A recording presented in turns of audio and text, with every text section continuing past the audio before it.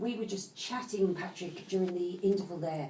You were explaining the Death of a Salesman in the school syllabus. Yes, I think it's important for our listeners to know that it's not just an evening of entertainment.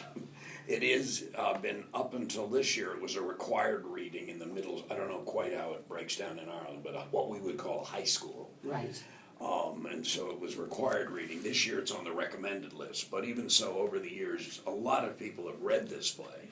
And it was also a staple for a while in the Amdram festivals, which is something else I'd like to talk about in a second. But in any event, when it was first done, it was not a hit in London when it was first done in 1950, because the London audience had no equivalent of the Salesman out with his valises. They didn't quite resonate with that. And I talked to some older Irish folk in my age bracket who thought the play's very American, you know. But now all of a sudden, after the Celtic Tiger business, we've gotten a kind of universal issue now, because all of a sudden everybody thought they were going to get rich with a smile Right. and a loan that wasn't rooted in anything. And that's what this play is about. You know, that's always been the American dream. Willie says, it isn't what you do, it's who you know, it's contacts, it's a smile on your face. What? What is that? Right. I mean, how are you going to go anywhere with that? But that's his philosophy. And there are a lot of people who live by that and actually, of course, then die by that.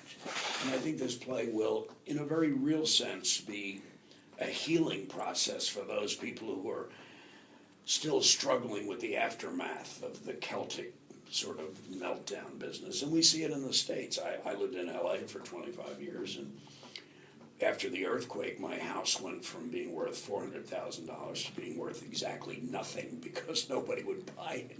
Right. In earthquake country. You know, so these cyclical ups and downs have to be dealt with.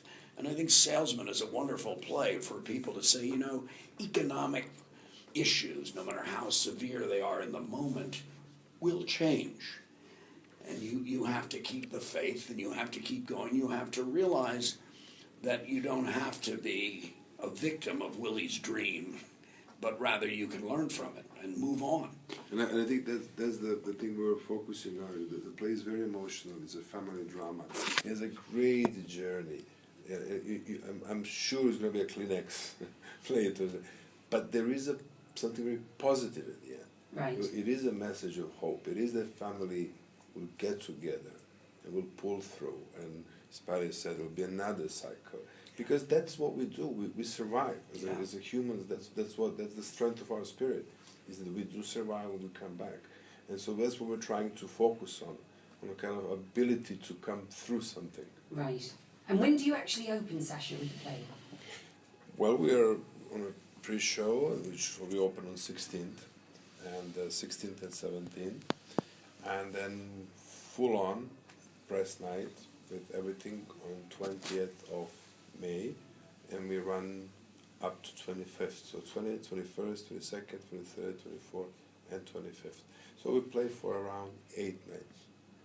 And Patrick, beautiful theatre to perform in. Oh, gosh, the only theater, the only theater I can think of that gets my heart aflutter in the same way is Ford's Theater in Washington, where Lincoln was assassinated. It has that gorgeous wood, but no, the Everyman. And I understand Charlie Chaplin played there. Yeah. Charlie Chaplin. So I mean, there is a sense of hallowed ground. The other night we saw Richard II there. It was quite wonderful. Yeah. Directed by Michael Barker Cavan, who is our partner in this venture. And they did a beautiful thing that only theater does. And I love the theater for this. They stopped at the end of the show and said, we want to take a special moment to recognize a fallen comrade.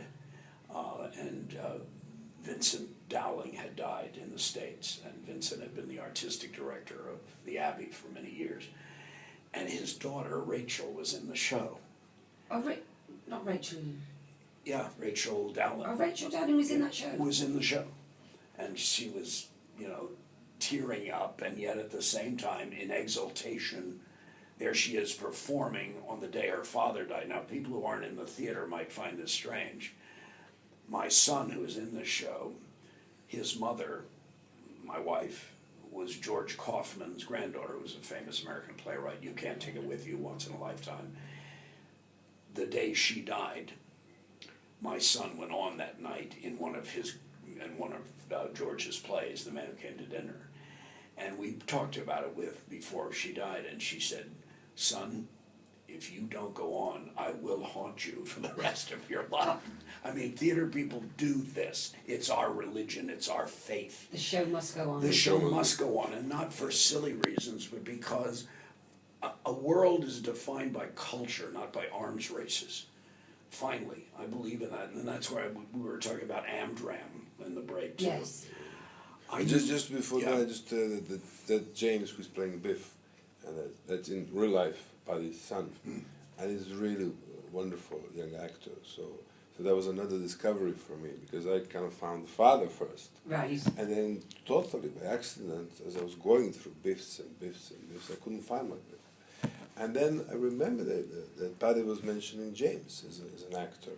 And I said, "Can I see his photo? Can I see his photo?" And then finally somehow I saw a photo. And then we met on Skype, and then that was another kind of, I said, "Yeah, that's my Biff."